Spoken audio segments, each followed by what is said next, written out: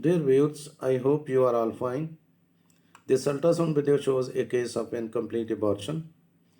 The ideal method of making a diagnosis of incomplete abortion is to obtain quantitative HCG levels and a transvaginal or transabdominal ultrasound. You can see the uterus, gestation sac, and the urinary bladder. The ultrasound will usually reveal the presence of some products of conception in the uterus. The HGC level will be low and there will not be any fetal heartbeat. You can see the gestation sac and a semi-solid portion is seen inside the gestation sac.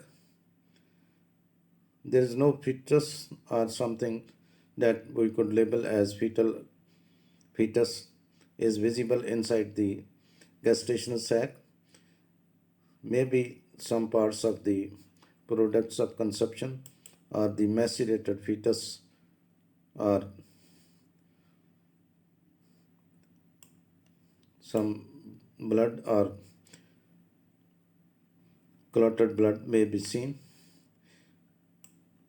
Incomplete abortion is a pregnancy that is associated with vaginal bleeding, dilatation of the cervical canal, and passage of products of conception. You can see the products of conception are seen inside the gestational sac, but there is no fetus or embryo visible inside the gestational sac. Now, the signs of an incomplete about miscarriage are heavy bleeding. So, get medical help if you are soaking through a pad in an hour. Bleeding that carries on and doesn't settle down. Then, passing blood clots. Increasing tummy pain, which may feel like cramps or contractions.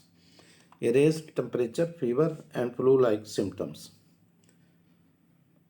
Again, you can see there is no blood flow seen inside the gestation sac, inside the products of conception.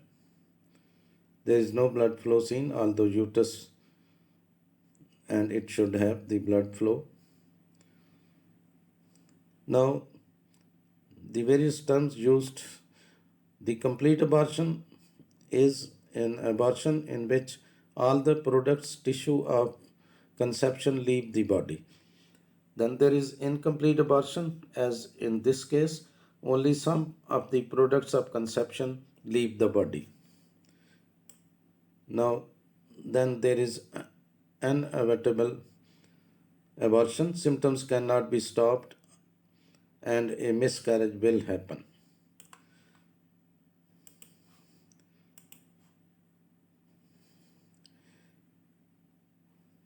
Most happens because the fertilized egg in the incomplete abortion uh, happens because fertilized egg in the uterus doesn't develop normally. Stress, exercise, or sex doesn't cause a miscarriage. While many miscarriages pass on their own, some do not. These are called incomplete miscarriages because all of the tissue related to the pregnancy is not shed from the uterus, as in this case. Often, some of the pregnancy tissue remains in the uterus after a miscarriage. If it is removed by scanning the uterus, scraping the uterus with a curettage, a spoon shaped instrument, you may bleed for a long time or develop an infection. Now, again, you can see there is no fetus or embryo seen, only products of conception are seen in the gestation sac. No blood flow is seen inside the gestation sac.